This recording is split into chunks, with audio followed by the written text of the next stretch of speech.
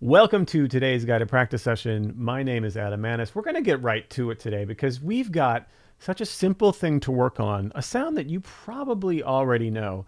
But I came up with a little workout for us that we can apply this very common sound to, and we can run it through a few different chords. And then if you like, later you can take it through a few different keys and really lock it in. So today we're working on a little block chord blues workout.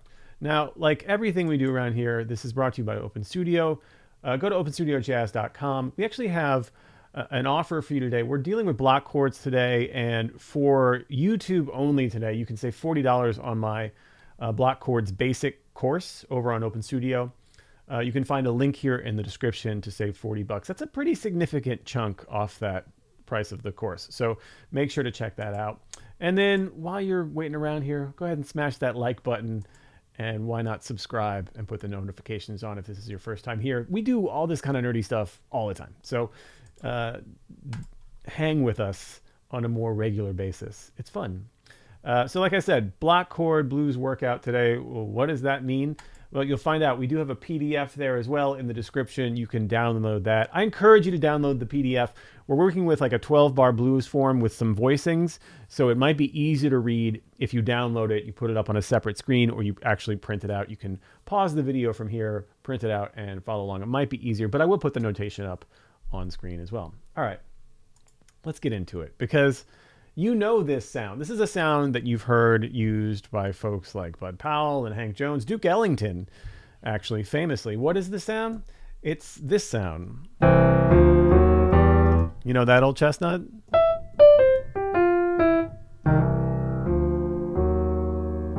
Well, what's going on with that sound? Why does that work? What is happening? So here I have the most basic versions you could imagine of this sound.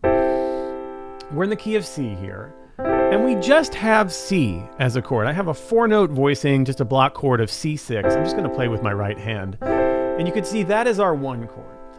Now, a lot of, and I mean a lot of great pianists will not be satisfied with just hanging on a C if the C is longer than, say, 1 bar. If you have 2 or 3 or 4 or even 8 or 16 bars of just 1 chord, most pianists are not just going to do this.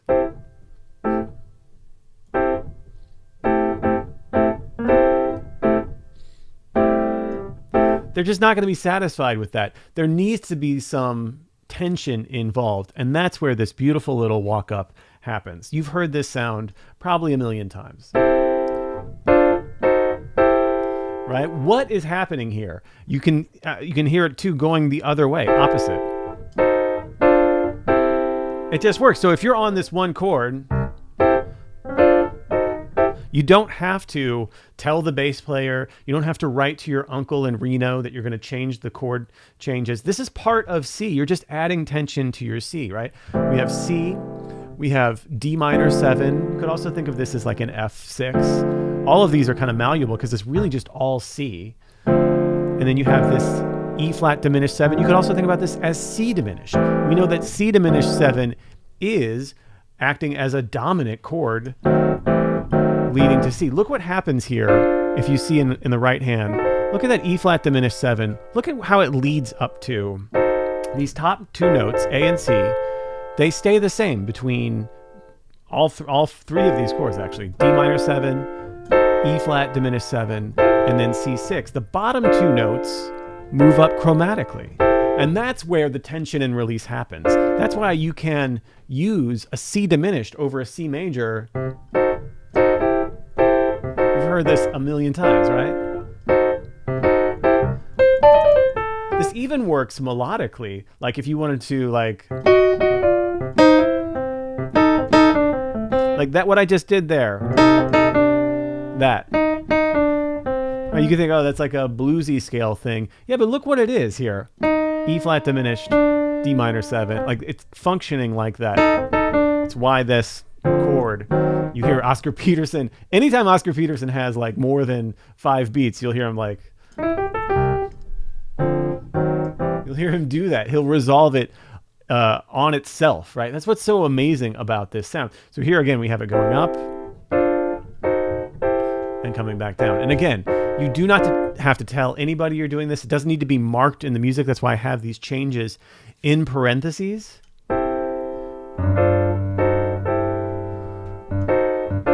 It's just, you can just think of that as part of C. Now, I want to use it today in my comping practice. I want to practice comping over a C blues and demonstrating how we can put this in when we have chords that are longer than a couple of beats, right? So check this out. And again, I encourage you to download the PDF so you can maybe zoom on this a little bit better. But here, I have 5-note locked hands voicing, right? Those George Shearing, Hank Jones style.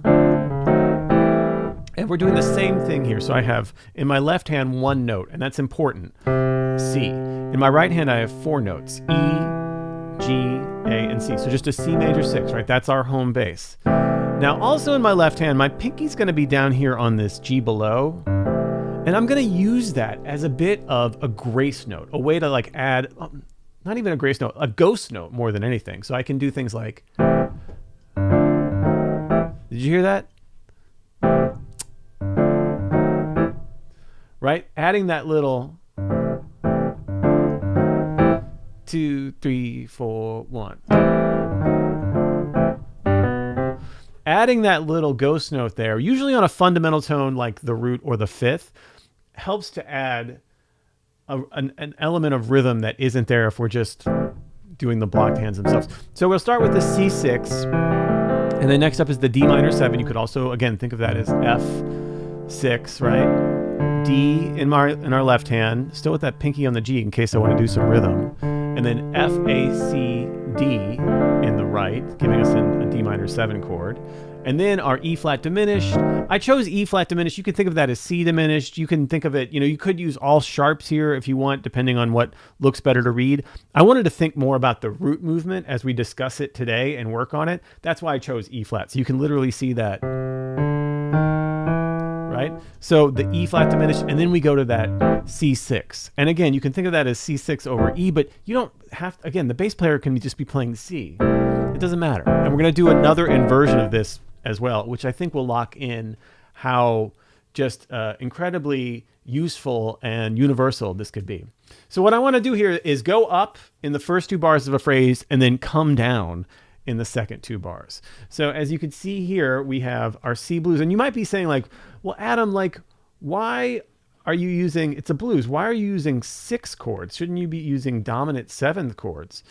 And no, we shouldn't be at all. I mean, commonly you could use a dominant 7 chord on a blues, but when you go back and listen to a lot of recordings of a lot of your favorite artists playing a blues form, they're often playing just major chords. Sometimes you'll hear Dizzy Gillespie lay into a major 7 when he's playing the blues, which says something, right?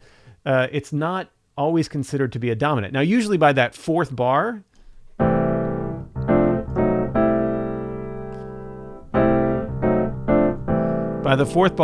a lot of players will then throw in that dominant, because why? Because they're going to the 4 chord. It becomes a dominant of the 4. But we can just keep it all 6, right? And we don't have to try to get, bluesy on it at all. It kind of can become a little redundant and a little cheesy. If you break out these 6 chords over a blues at the jam session, you're going to sound sophisticated. And if you break out this walk up that resolves on itself, you're going to have fun because you get to play around with harmony within harmony. You get to resolve the chord on itself. So let me put a metronome on this guy right here. Make sure that I'm in a good, it's probably pretty good. It's a little fast. I'm going to put it on beat 2. Nice and easy. Super medium. That's good. 4, 1. And then just a little Hank Jones tag there. Lovely little Hank Jones thing at the end there. And then the next 4 bars, we're going to take the same thing and we're just going root of F6, up to the 3rd, right? And the same thing, F6, G minor 7, A flat diminished, and then F6 with the A, right? change the rhythm a little bit just for a variety, and then back down in C. And then our tag. And then the 5 chord, we can do that here too. We're gonna stretch it out so it becomes a 2-bar figure. So it's the same thing. G6 with the root, right? Just like we did with C, just like we did with F. G6 with the root, going up to the 3rd. A minor 7, B flat diminished, and then G6 with the 3rd. And then put our tag back on.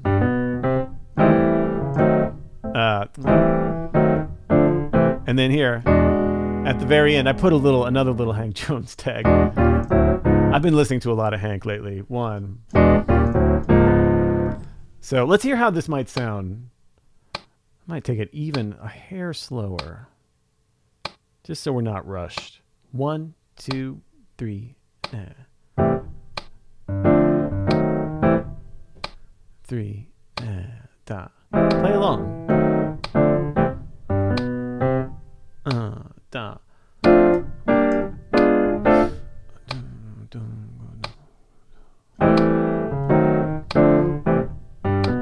Now we're going to stretch it out.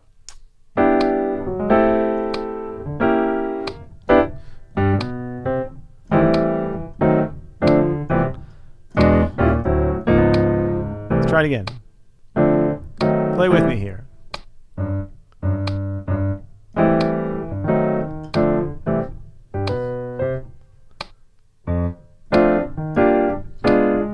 How great is that?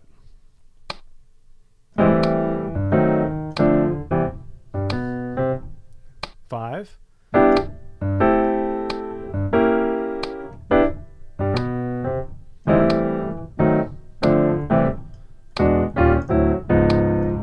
And you can straighten out those 8th notes at the end. It sounds pretty good, actually. To not... Either is fine, but I like them a little straight, just to add a little sauce to it. Let's try it. Let's slow it down even a little bit more, just to give ourselves plenty of space here. And yeah, let's give it a go. Play with me here. 1, 2, 1, 2, 3, 2, 3,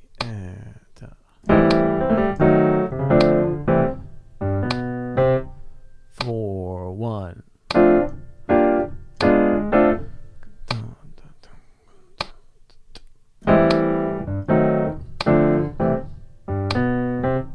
4, 1.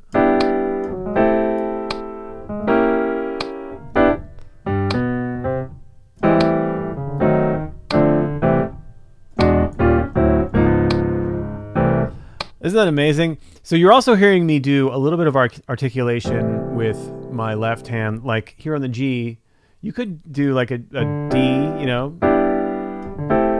to give that little ghost note, but you could also swipe just like 3 half steps.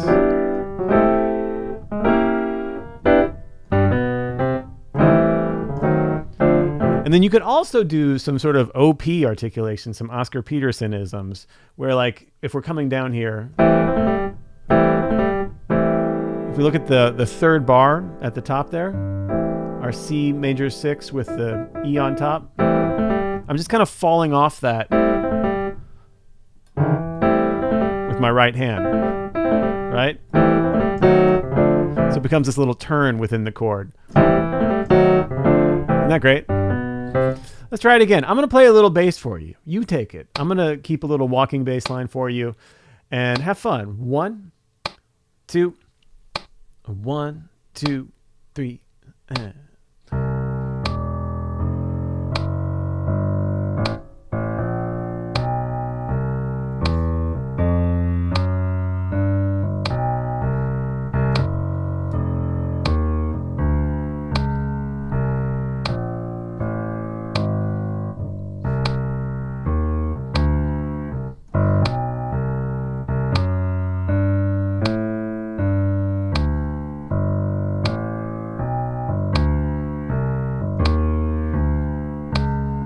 Again.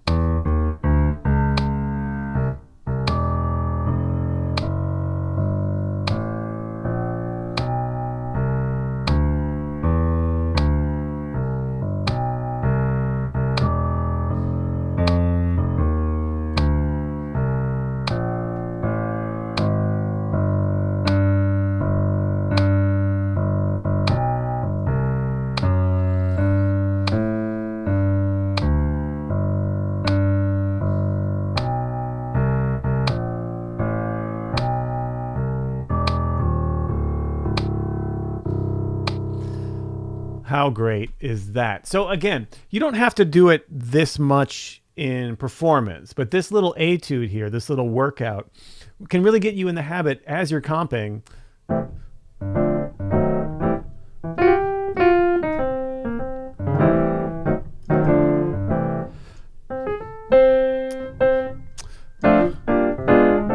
That's all just F. That's all just C resolving on itself.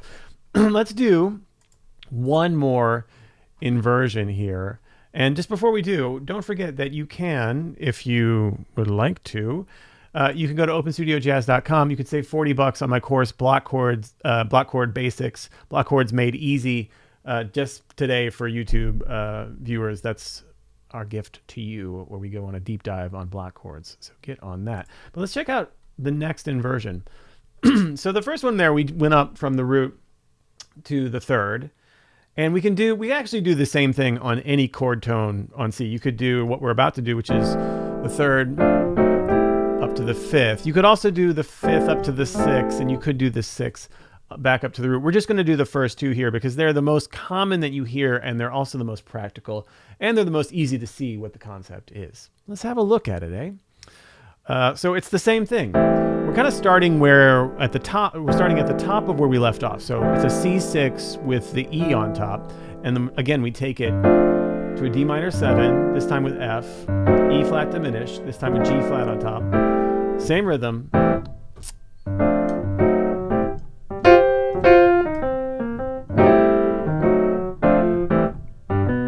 Our little Hank Jones tag there, just for good measure. And yeah, it's really going to be the same thing, but one inversion up. So if we started before on the root, we're going to just take it to the next inversion up. But it all works the same. That's what I'm saying. It's like knowing these in all inversions in all 12 keys on all your major chords, it gives you this option to create tension when you have longer spaces. It's actually a common question we get asked around here all the time. Is like, what do I do when I just have one chord for 4 bars? You do this. You add your own tension to it. This chordal instrument, it's our job to create that tension and resolve it. This is a classic way to do that. So we're going to go up here from the third up to C6 with the fifth on top, and then we'll go back down the way we came. E flat diminished, D minor 7 with F on top, C, and a little Hank tag. Same thing there in the 4 chord. F major 6. Up to the fifth, back down the way we came on C. And then our tag. And then an elongated 5 chord, right? Starting with the third on top, B, A minor 7, B flat diminished, G6. Again, I'm just using B flat diminished so you can see the root movement. You might change it to sharps if it helps you see it better. It doesn't look great on notation, but I think it's easier to think of that way. At least it is for me. And then back down to the fifth on C. And then again, that's Here's to Love, man. That Hank Jones album, Here's Love. Oh my God, it's so great. Okay, let's try it on this one. I'm going to take it up just a little bit just because this tempo is hard. Anybody else notice that? That 40 beats per minute, that's a grown person's tempo. We got to get a little bit of hump on it, right? Can't do new things and a hard tempo. Let's try it right here. Some people think that fast tempos are hard. No. Slow tempos are way harder to make feel good. Let's try here. This is about 90 beats per minute to the quarter note. Right on it. Play it with me. 1, 2, 1, 2, 3, 2, 3, down. Little swipes happening there. Don't forget to articulate that stuff in between the notes.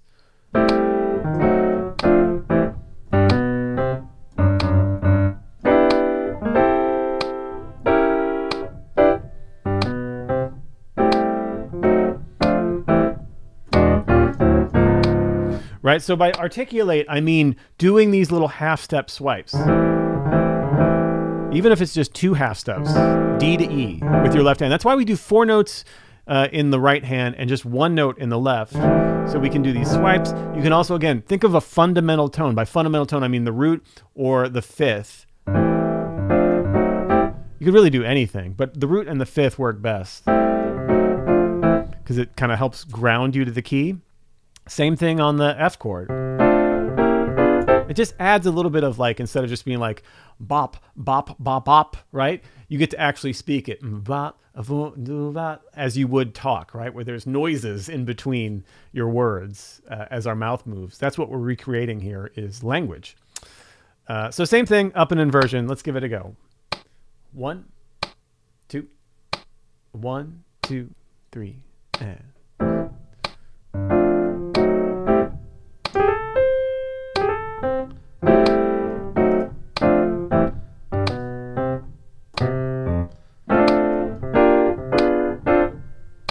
Three, and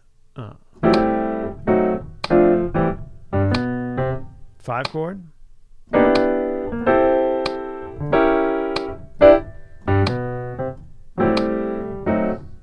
Let's do it again.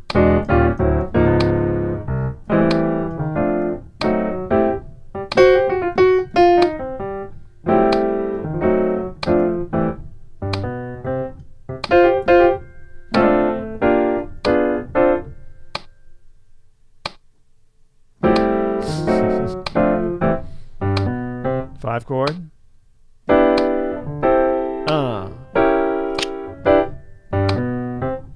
One more time. One more time.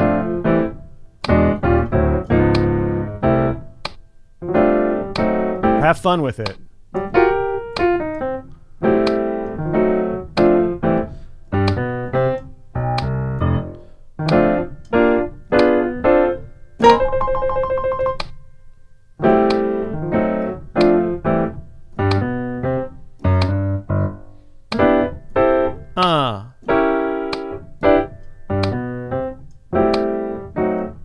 Here we go.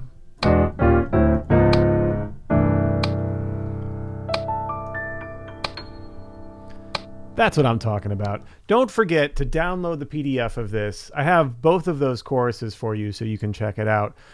Go to openstudiojazz.com, of course, to go on a deeper dive. Isn't that fun?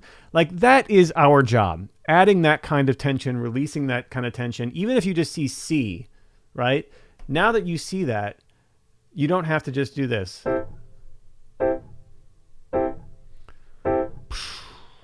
Maybe do it. No. You can do all, I mean, you could really get in there.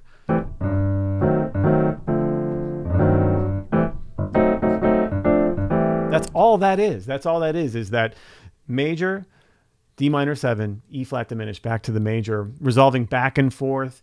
Have fun with it. Play around with it. You can do that on any chord that lasts longer than a couple beats, and it really adds all of that juicy tension to what you're doing.